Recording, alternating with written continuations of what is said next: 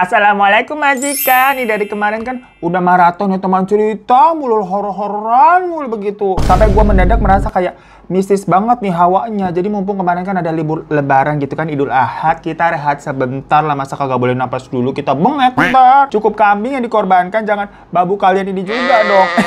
Nah sekarang biar agak chill-chill begitu ya suasananya, menetralisir nih hawa-hawa hantu begitu, kita mau bahas yang kocok-kocok dulu. Yang ringan-ringan aja tapi tetap apa kabar dunia? Lah biasa ini ada lagi nih, soalnya kasus dari seorang anak yang merupakan kayaknya ini impian dari kita-kita semua deh. Habisnya ya plek-ketiplek ceritanya kayak sinetron. Masa ya dia tuh dari kecil hidupnya susah sampai dewasa, tapi tahu-tahu pas umurnya menginjak 24 tahun, dia dibilang sama orang tuanya kalau semuanya itu prank. Karena ternyata orang tuanya super duper kaya banget. Lu bayangin nih, misalkan kita nih udah capek-capek hidup emat tiap hari begitu kan, mikirin besok gimana ya, kalau ntar aku nggak sukses gimana. Lah ternyata orang tua lu hartanya mah bisa dipakai sampai anak cucu kalian nanti. Lu tahu film zaman dulu nggak, namanya tuh Orang Kaya Baru yang Raline Shah tuh. Dari kecil hidup di rumah reot, pas udah gede dibilangin ternyata sebenarnya bapak kaya.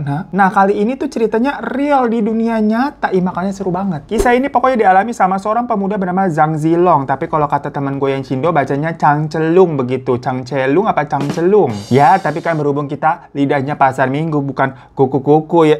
Jadi harap maklum udah kita ngomongnya yang sesuai berita-berita di internet aja, tulisannya Zhang Zilong, jadi kita panggilnya Zhang begitu ya, ngerti ya? Dimana Zhang ini anak kelahiran tahun 2000, jadi dia Gen Z. Dari kecil dia itu tinggal di daerah Pingjiang, China, di sebuah flat sederhana bersama kedua orang tuanya. Yang waktu kecil Zhang ini juga sering merasa kesepian karena kan dia anak semata wayang, tapi bapak ibunya tuh sibuk kerja tuh. Ya bisa dibilang kurang kasih sayang ya. Tapi walaupun orang tuanya sibuk kerja, dia ini selalu merasa kehidupan perekonomian keluarganya tuh tetap pas-pasan aja, nggak kunjung membaik. Dimana orang tuanya si Zhang ini selalu bilang, "Nak, kita itu ekonominya pas-pasan, soalnya bapak sama ibumu banyak hutang. Sekarang bapak sama ibu lagi berusaha melunasi hutang-hutang itu. Jadi kita harus pinter-pinter hidup hemat ya nak, sama ngatur keuangan. Kamu belajar yang rajin dan pinter ya nak, supaya kamu nggak banyak utang kayak bapak sama ibu. Kamu satu-satunya harapan kami untuk bisa memperbaiki perekonomian keluarga." Ya anak sekecil itu diwejangin begitu ya, diulang-ulang terus, pastinya bagaikan doktrin kayak cucu otak. Oke, gue nih berarti terlahir dari orang miskin, keluarga gue banyak utang, gue harus sukses supaya bisa bantu perekonomian keluarga. Jadilah si Zhang ini tuh selalu rajin belajarnya. Ya semua memang berasa real karena sedari kecil dia beneran hidup susah. Bukan udah dibilangin begitu tapi ternyata tinggalnya di Pondok Indah, nggak begitu. Pas SD dimasukinnya SD yang biasa deket rumah. Secara kan keluarganya pas-pasan, kalau dimasukin ke SD mahal ya mikirnya bakal berat kali mungkin orang tuanya. Tapi karena wejangan tadi ya, dan jadinya si Zhang ini giat belajar, dia berhasil masuk SMP dan SMA yang bergengsi dengan jalur beasiswa. Ya abisnya Zhang ini memang selalu masuk ke 10 besar geng, sampai masuk kelas unggulan juga. Berasa pinter banget emang dia udah tuh. Namanya orang tekun belajar kan? Dan yang namanya orang pinter minumnya tolak red flag. Nggak begitu dong, ini bukan iklan. Maksudnya namanya orang pintar ada aja tuh yang deketin. Dari yang beneran pure pengen temenan, sampai yang deketinnya cuman karena ada maunya doang begitu, biar bisa diajarin atau dapat contekan palsu ulangan. Nah teman-temannya si Zhang ini ngiranya pasti Zhang ini dilesin di tempat yang mahal deh, makanya bisa pintar begitu. Atau si Zhang ini kayaknya anak orang kaya deh, asupan gizinya bagus terpenuhi, makanya otaknya cespleng. Namun setiap kali ditanya kayak, "Lu anak orang kaya ya Zhang, bapak lu kerja apaan?" Si Zhang ini bakal akan selalu menjawab, "Enggak, gue dari keluarga yang biasa-biasa aja kok. Bapak gue juga bukan siapa-siapa." Ya dia jujur aja padanya. Walaupun sebenarnya dulu dia sempat malu dengan keadaan keluarganya. Secara teman-teman sekolahnya kan rata-rata orang mampu semua ya. Jadi waktu itu si Zhang ini tahunya bapaknya itu punya usaha makanan latio kecil-kecilan. FYI aja, latio itu memang makanan ringan berbentuk stick panjang berwarna merah, yang mana itu adalah cemilan khas di China sana, gengs. Di sini sempat viral juga tuh, di Shopee banyak yang jual. Kita juga pernah sampai beli gara-gara nonton video-video racun Shopee begitu. Pokoknya latio itu terbuat dari kulit tahu. Rasanya ya pedes-pedes asin begitulah, gengs. Nah awalnya si Zhang ini sempat malu karena kan dia taunya nih bapaknya macam pedagang latio maksudnya loh. Kayak abang-abang latio lah. Yang sebenarnya sih nggak ada salahnya. Penting kan halal. Cuman namanya juga Zhang ini masih remaja, dikelilingi sama teman-teman yang kaya-kaya. Ya ada tuh dia rasa-rasa minder. Padahal sebenarnya yang tidak Zhang ketahui adalah bapaknya itu emang benar penjual snack latio. Tapi bapaknya adalah yang punya pabrik latio merek Malawangzi. Di mana itu adalah salah satu perusahaan latio terbesar di China. Yang penjualannya juga udah skala internasional. Kalau dijual di luar China, mereknya itu jadi Spicy Prince, gengs. Ya, bahasanya disesuaikan lah ya. Bungkusnya warna merah, ada gambar mahkotanya begitu. Yang gue rasa kalian yang pada suka nyobain snack-snack viral pasti pernah makan ini latio merek ini tuh. Lagi-lagi ada di Shopee, lu cari aja. Tapi kocaknya ya, waktu sampai SMA itu Zhang sama sekali nggak tahu kalau bapaknya yang punya latio Spicy Prince tersebut. Dia taunya ya bapaknya penjualan abang-abang latio, macamnya udah skala UMKM aja. Lah tinggalnya aja kan masih di flat sederhana, begitu hidupnya juga selalu pas-pasan. Makanya dari cerita ini nih, kita sebenarnya patut curiga sama orang tua kita sendiri, gengs. Jangan-jangan selama ini tuh kita di prank. Coba deh tanya ke emak bapak lu, maksudnya kalau pah, mah gitu, apakah ternyata kita sebenarnya sultan gitu? Kalau emang misalkan bapak sama ibu lagi ngeprank, jangan lama-lama udah. Yuk, jujur aja yuk, nggak apa-apa yuk. Sayang itu duit kagak kepake-pake. Duit mah kagak dibawa mati, tapi kalau nggak punya duit rasanya kayak memati. Kenapa sih, Bu? Kita harus menikmati kemiskinan ini, Bu. Lah singkat cerita ya, waktu Zhang udah masuk kuliah nih, posisinya dia masih belum tahu kalau bapaknya tuh sultan. Ya dia tetap terus giat belajar sampai keterima di Universitas of Nottingham, Ningbo, China, yang kemudian juga berhasil lulus dari situ dengan nilai memuaskan. Ya dia masih terus belajar karena dipikirnya kalau dia nggak giat belajar, dari mana tadi tuh dia mau masuk kuliah kan mahal. Pokoknya selama hidupnya si Zhang ini selalu belajar buat mengejar beasiswa. Udah nih, kuliah udah kelar kan? Dia nggak pakai acara nunda-nunda tuh, kayak lu nunda-nunda skripsi, rebahan mulu lu ya.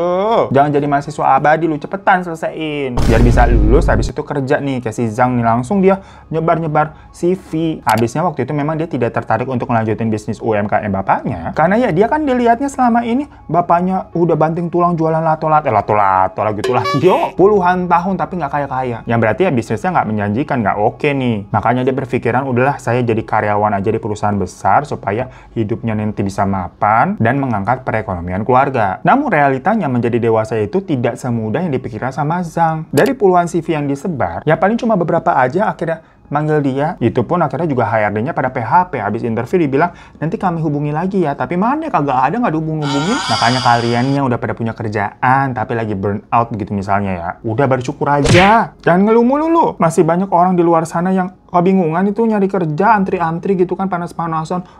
Panjang banget antriannya. Dan males-malesan lu ya pada kerja. Tolong saya butuh sekali pekerjaan ini. Saya janji, saya akan memberikan yang terbaik untuk panti pijat ini. Dari sinilah baru si Zhang itu ditampar sama kenyataan. Kalau ternyata menjadi pinter, rajin, dan pekerja keras itu nggak cukup Zhang. Dimana poin utama yang nggak kalah penting adalah the power of orang dalam. Ini nggak penting. Yang penting tuh harta. Jadilah si Zhang ini ceritanya minta bantuan ke salah satu saudaranya, yang waktu itu memang saudaranya ini bekerja di perusahaan latio besar bernama Spicy Prince. Ya iya, itu perusahaan bapaknya si Zhang. Tapi lagi-lagi si Zhang kan belum tahu. Dipikirnya itu saudaranya kerja di situ kehidupannya enak, bolehlah aku direkomendasiin masuk ke situ. Karena aku ada pengalaman lah soal di dunia latio kan. Bapak gue jualan latio tuh dari kecil, kita juga makanya latio mulu. Sebutan sih latiau gitu ya gengsi ya. Tapi ya udahlah nih, lidah pasar minggu, kagak usah ribet lu. Nah waktu itu ya, setelah interview segala macam, perusahaan Spicy Prince ini akhirnya menerima tuh lamaran dari Zhang. Tapi dengan penawaran gaji sebesar 4.000 yuan atau sekitar 9-10 juta rupiah. Tapi padahal kalau fresh graduate di Cina itu dapat gajinya harusnya 6.000 yuan. 6.000 yuan kalau susah banget, sekitar 13-14 juta. Bisa gede banget ya. Segitu mah kita udah bersyukur. Sampai susah nyebutnya nominal gede. Jadi maksudnya di sini si Zhang itu lebih rendah daripada pendapatan fresh graduate yang ada di sana. Tapi ya udahlah, waktu itu sih Zhang nih berusaha legowo, toh dia kan lagi nggak keterima kerja di mana-mana. Ini ada peluang mau nerima, yang penting udahlah kerja dulu, hajar bae. Singkat cerita, Zhang ini dimasukkan ke departemen e-commerce di Spicy Prince itu. Dia ngurusin tuh promosi produk-produk di sosial media lah. Yang nggak jarang si Zhang ini jualan live juga macam di TikTok, tapi kalau di sana kan namanya Douyin. Tapi yang namanya nggak biasa di depan kamera, jadi awal-awal tuh masih suka kaku. Kayak kita dulu awal-awal bikin video lah, kakunya kayak kera anak SD.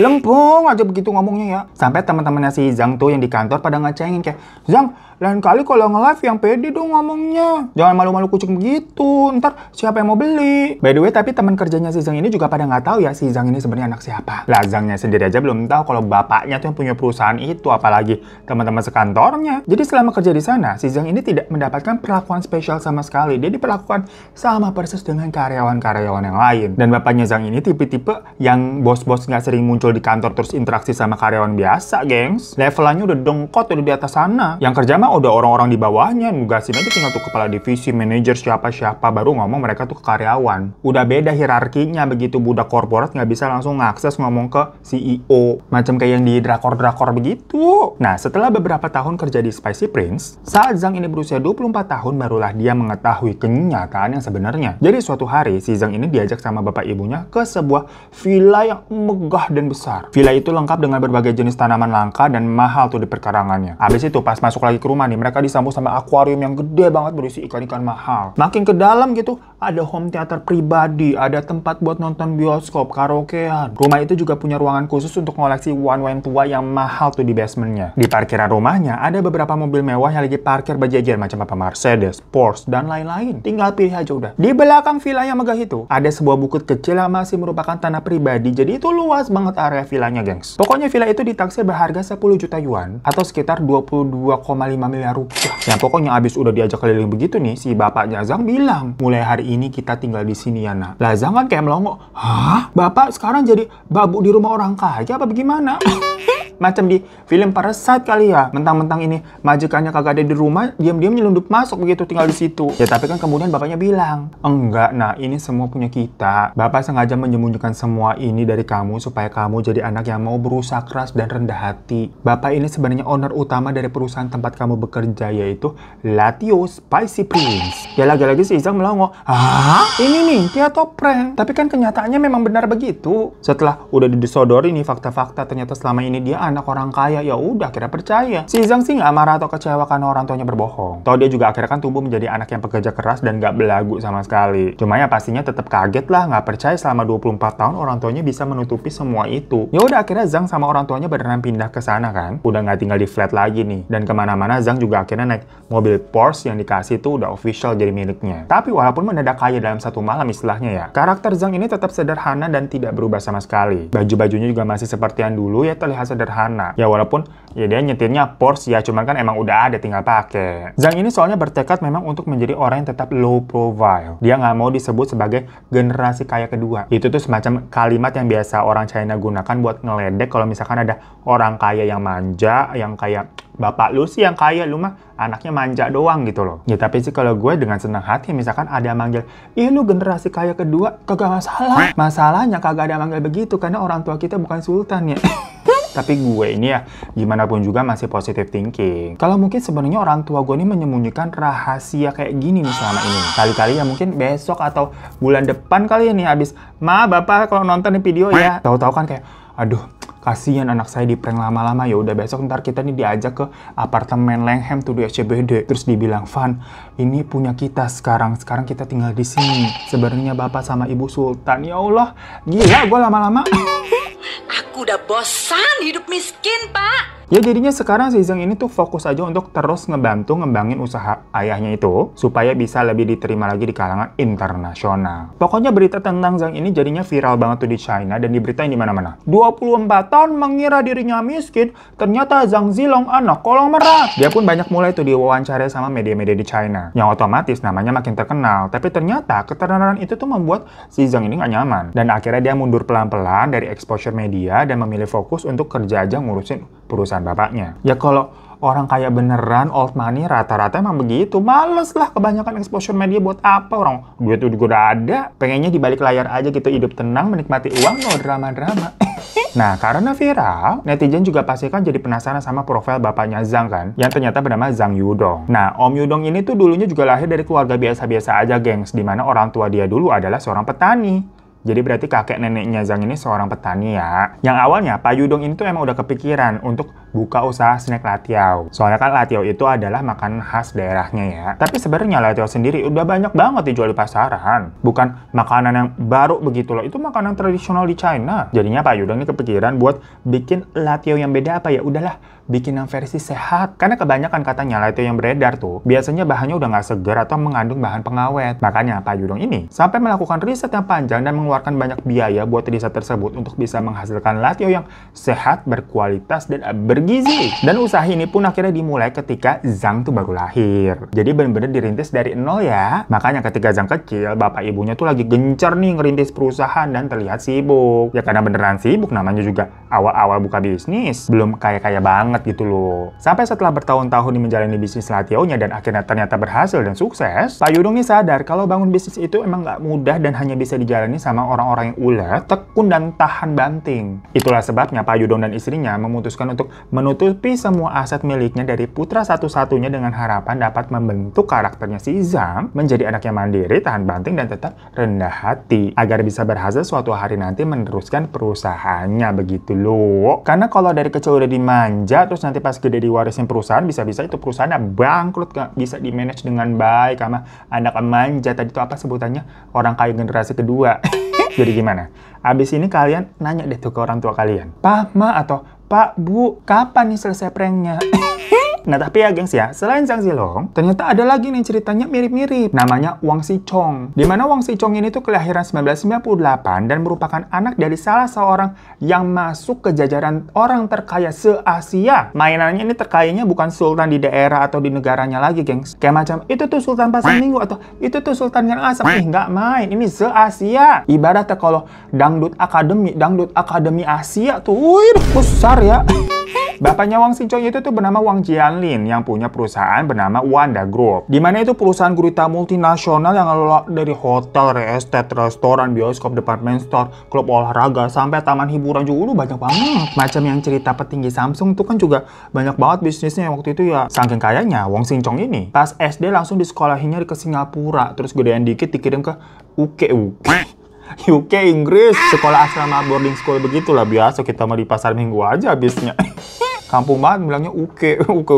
Sepintas didengar nih hidupnya Wang Xichong lebih enak ya, lebih nyaman daripada si Zhang Zilong ya waktu kecil ya. Tapi nggak gitu juga ternyata. Karena ketika Wang Xichong ini di UK, dia katanya dikasih uang jajannya pas-pasan banget sama orang tuanya. Jadi dia tidak terlalu dianggap, agak dijauhin di pertemanannya di teman-teman UK-nya sana. Soalnya kan isinya anak-anak orang kaya yang ngumpul sesantero dunia sekolah di situ. Saya memang sering diperlakukan seperti itu. Ya mungkin karena saya miskin. Soalnya pas kuliah dia tuh di University College of London, gengs, dimana itu salah satu universitas bergengsi katanya di sana tuh. Dia ngambil jurusan filsafat tapi bukan karena nyogok, tapi ya melainkan emang keterima berkat usahanya belajar dengan giat. Jadi gimana pun juga ya dia pinter. Dan sama dengan kisahnya Zhang Zilong tadi, awalnya orang tuanya Wang Xichong ini memang berencana merahasiakan kekayaan mereka dari si Wang Xichong nih anaknya. Dengan harapan yang lagi-lagi sama, biar anaknya itu menjadi sosok yang rendah hati dan membumi. Makanya Wang Xichong ini langsung disekolahinya jauh-jauh di luar negeri, nggak di China. Maksudnya supaya Wang Xichong ini tuh taunya udah belajar dan nggak tahu tentang berita-berita perkembangan bisnis gurita bapaknya itu. Bedanya kalau Zhang Zilong tadi pas tahu dirinya kaya ya, dia nggak banyak berubah. Pakainya tetap sederhana, tetap rendah hati, humble. Nah tapi kalau si Wang Xichong itu kebalikannya. Begitu dia dikasih kepercayaan megang duit banyak, dikasih tahu kamu anak orang kaya, langsung dihambur-hamburin. Jadi kayak semacam ada unsur balas dendam gitu loh gengs. Dipikirnya dulu nih nggak ada yang mau temenan sama gue nih, dipikir gue anak miskin. Ini sekarang gue tunjukin nih kalau gue sebenarnya anak orang kaya nih, nyoh begitu. Dari situ si Wang Xichong ini mulai sering beli barang-barang branded, apalah sepatu, tas segala macam hanya untuk menuhin lemarinya sama posting-posting. Pas kuliahnya udah kelar di UK nih, dia pulang kan ke China. Nah di China dia juga langsung terkenal banget karena dia punya semua barang yang orang idam-idamkan. Kan dia sering posting-posting barang mahalnya tadi tuh. Sampai dia juga punya Rolls Royce, punya Bugatti, Ferrari, dan sederet mobil mewah lainnya sering dimodif-modif juga. Di situ dia mulai dapat julukan generasi kaya kedua. Kalimat yang tadi biasanya orang China gunakan untuk meledek anak orang kaya manja dan suka ngambur-ngamburin uang. Dan dengan kekuatan orang dalam juga, si Wang Xichong ini juga langsung langsung jadi kepala partai terus nyalonin diri jadi wakil gubernur. Enggak dong, itu salah orang. Emang boleh sejurang itu? Cepet banget kita ngomongnya. Udahlah langsung aja Wang Sincong langsung jadi chairman di salah satu perusahaan bapaknya. Yang tadi nggak denger kan? Ya tadi kan soalnya Wanda Group itu grup besar banget, punya banyak perusahaan. Jadi sekalipun kerja di perusahaan yang paling kecil sekalipun, tapi jadi chairman ya gajinya gede. Ya pokoknya kalau cerita tentang Wang Sincong ini banyak kontroversinya, gengs. Karena dia mendadak sangat nyentrik di sosial media, yang pamer segala kekayaannya beber definisi flexing terang-terangan. Ya hal-hal begitu kan banyak yang suka, banyak jadi ada followersnya, tapi juga banyak hatersnya.